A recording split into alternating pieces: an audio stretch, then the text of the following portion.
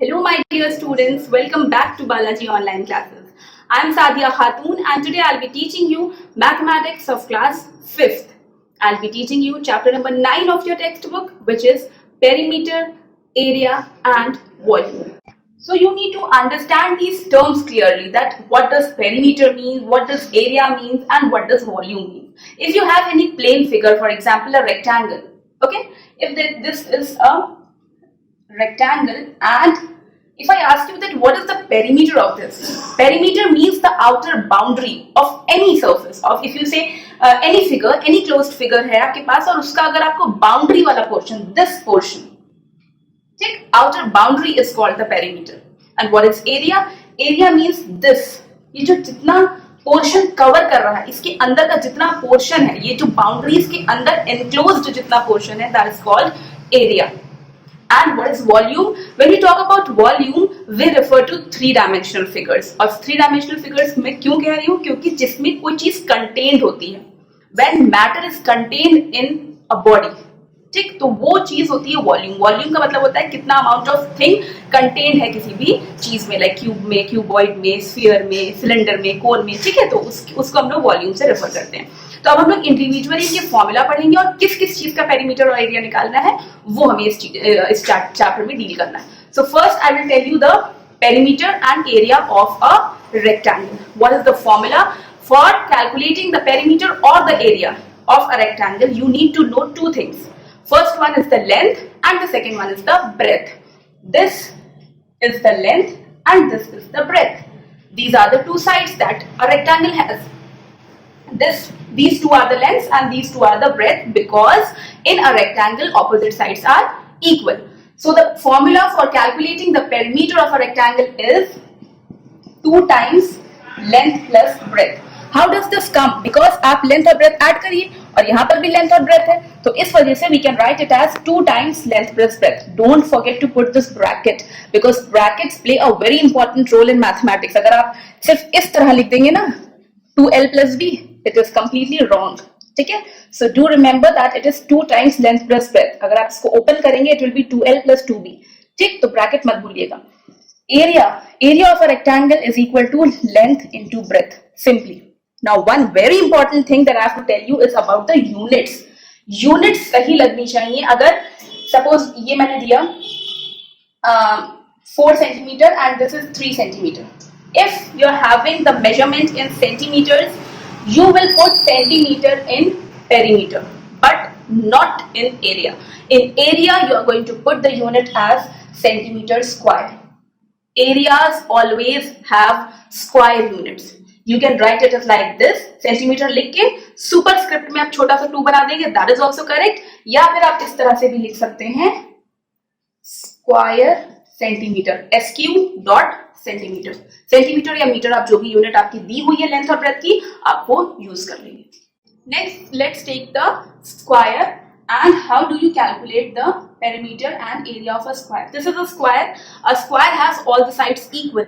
Okay, you will be knowing just one thing in this, and that is the length of side.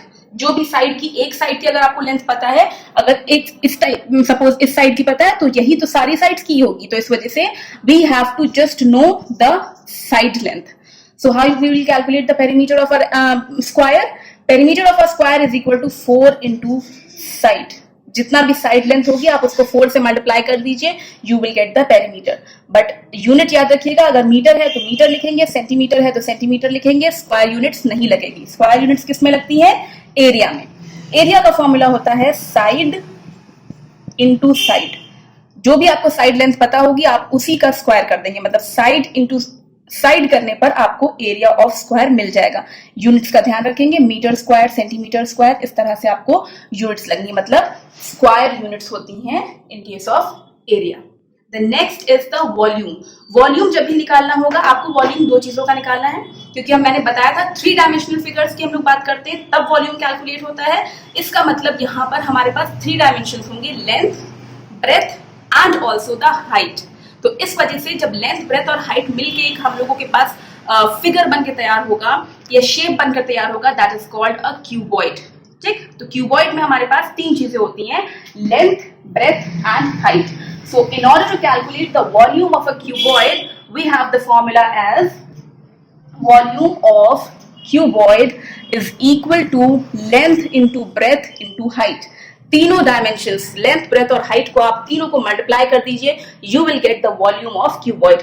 आपको unit ध्यान रखनी है. अगर centimetres में सब कुछ दिया हुआ है तो आप लिखेंगे सेंटीमीटर क्यूब. अगर मीटर्स में सब कुछ दिया हुआ है आप लिखेंगे मीटर क्यूब. ये छोटा सा ऊपर 3 बनाने का मतलब होता है क्यूब. क्यूबिक यूनिट होती है. आप इस तरह से भी लिख सकते हैं, क्यूबिक सेंटीमीटर या cubic meters. Okay, the next is the volume of a cube. Cube को आप रिजेंबल कर सकते हैं स्क्वायर के साथ, बट स्क्वायर में सिर्फ और सिर्फ प्लेन, आप प्लेन पे बनाते हैं, बट क्यूब जो होगा वो 3D फिगर होगा. तो क्यूब में हमें सिर्फ एक चीज पता होगी and that will be the edge length. जो उसकी साइड होगी, साइड हम लोग प्लेन फिगर्स में कहते हैं और एज कहते हैं 3 डायमेंशनल फिगर्स में. So volume of cube will be equal to side into side into side. Area में हम लोग सिर्फ साइड इंटू साइड कर रहे थे, यहाँ पर 3 चीजें होंगी, हाइट भी इसमें होगी इंक्लूडेड है, इस वजह से side into side into side. ध्यान रखिएगा एरिया का, सॉरी ध्यान रखिएगा यूनिट्स का, कि यूनिट हमेशा क्यूबिक में ही लगेगी. If there is a rectangle named as A, B, C, D. Okay, this is the side length given as 5 centimeter. This is the length is 5 centimeter, breadth is 4 centimeter, and if it is said that you have to calculate the area of this triangle ABD, how are you going to calculate? So for that, what you have to do, you have to first of all calculate the area of this whole rectangle. Area of rectangle will be equal to length into breadth, which means 5 into 4. 5 fours are 20 and centimeter square.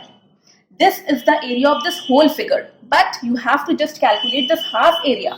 That means area of the triangle. So for that, area of the triangle will be equal to half of the area of this rectangle. मतलब ये जो rectangle का था, आप इसको अगर half कर दें, so half कर दीजिए rectangle का area, it will give you 10. So 10 centimeter square will be the area of triangle.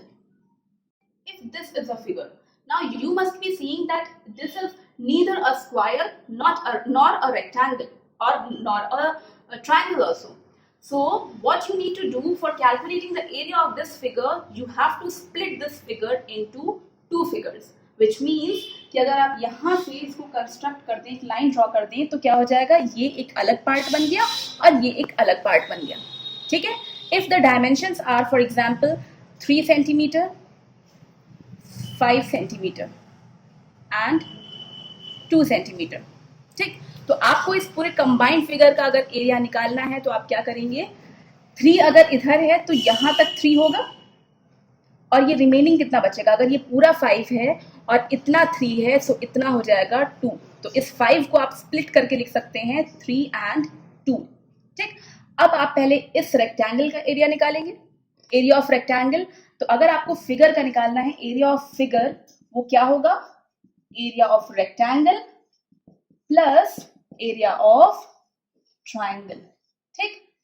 Area of rectangle होगा 3 into 2 क्योंकि लेंथ इंटू ब्रेथ होता है, प्लस एरिया ऑफ ट्राइंगल होता है half into base into height. So base of this is the base and this is the height. What is the base? It is not given, but you can see from here. अगर ये 2 है तो ये भी 2 होगा. So base is also 2 and height is also 2. So 3 2s are 6 plus this 2 and this 2 will get cancelled. 1 2s are 2. So 6 plus 2 is equal to 8 और centimeters में सब कुछ दिया हुआ है, so centimeter square. This is how you calculate the area of a combined figure. जब भी कभी आपको ऐसा कंबाइंड फिगर मिले जिसमें आपको एक ना कोई वो स्क्वायर लग रहा हो, ना रेक्टेंगल ना ही triangle, so you have to split that figure. आप उसको अलग अलग स्क्वायर या रेक्टेंगल या ट्राइंगल में स्प्लिट कर दीजिए एंड देन आप फॉर्मूला लगा के उसका एरिया कैलकुलेट कर सकते हैं. The last topic of this chapter is speed, distance and time. So you need to remember the formula. आपको जब भी कभी इन तीनों चीजों में 2 चीजें दी होंगी and one will be unknown, you have to remember the formula. आप just the values put करेंगे और आपकी वैल्यू निकल आएगी जो भी unknown होगा. So distance is equal to speed into time. ठीक. डिस्टेंस होता है स्पीड इंटू टाइम. तो अगर आपको इसी फॉर्मूला से स्पीड निकालनी है तो आप क्या करेंगे, टाइम को यहाँ पर डिवीजन में ले आएंगे. इसका मतलब स्पीड इज इक्वल टू होता है डिस्टेंस अपॉन टाइम। या फिर अगर आपको टाइम निकालना है, कभी ऐसा क्वेश्चन आता है जिसमें टाइम अननोन हो, तो आप स्पीड को इधर ले आइए, डिस्टेंस अपॉन स्पीड। सो ये तीनों फॉर्मूला जो है ये आपस में इंटरलिंक्ड है, इंटर रिलेटेड है। आप एक को अगर याद रखें तो भी आप ये तीनों फॉर्मूला देख सकते हैं। बट यहां पर भी आती है बात यूनिट की, बिकॉज हम लोग अभी मेजरमेंट चैप्टर जस्ट हम लोगों ने इससे पहले पढ़ा है, तो आप समझ सकते हैं यूनिट की कितनी इंपॉर्टेंस होती है। डिस्टेंस अगर है तो अगर this speed is in kilometer per hour, time is in hours, then distance will be in kilometer. ठीक, डिस्टेंस किलोमीटर में है, टाइम आवर्स में है, तो speed will be in kilometer per hour. ठीक, और अगर कभी डिस्टेंस मीटर्स में है, ठीक, और टाइम मिनट्स में है, तो आप लिखेंगे जो स्पीड होगी, स्पीड को आप लिखेंगे मीटर पर मिनट। इसी तरह मीटर पर सेकेंड, किसी भी तरह से स्पीड हो सकती है, वो डिपेंड करता है कि आपकी डिस्टेंस की यूनिट क्या दी गई है और टाइम की यूनिट क्या दी गई है, उसी के अकॉर्डिंग आप स्पीड की यूनिट लिख सकते हैं। So this was it. This chapter is completed. I have explained you all the topics and all the concepts included in this chapter. I hope you have understood everything. If there is any doubt or any confusion, you can ask in the live class. I'll explain you there. Try to do the questions on your own. The solutions will be provided on School Mitra app. You can download from there and complete your work. And do remember Sadia ma'am's rule that maths comes by practice.